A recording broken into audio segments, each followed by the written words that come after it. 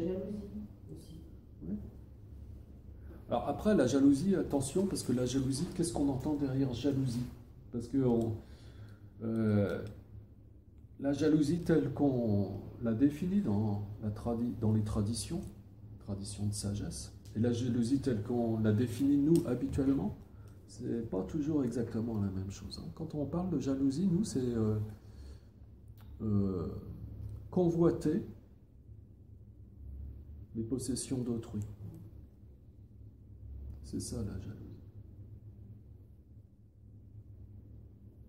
Donc on définit pas toujours ça comme ça, n'est-ce pas? Donc quand on a une tendance à être jaloux, c'est-à-dire à vouloir convoiter ce que les autres ont, ou finalement à éprouver une forme de frustration à ce que certains puissent avoir certaines choses et que nous on n'a pas, eh bien, il faut développer une tendance inverse, c'est-à-dire celle qui va être de nature à effacer cette tendance de notre esprit, à nous sentir, comment dire, frustrés de voir que les autres possèdent ceci ou cela. Il faut développer une tendance inverse, donc, au contraire,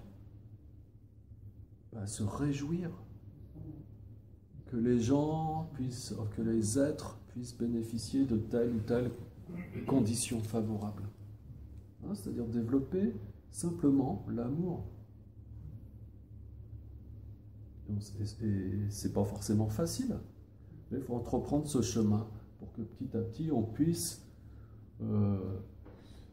changer les empreintes karmiques, pour modifier son karma.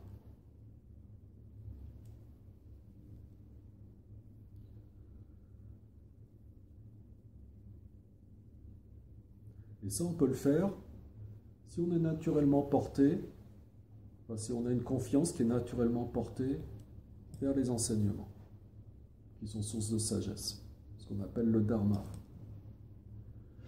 Parce que sinon,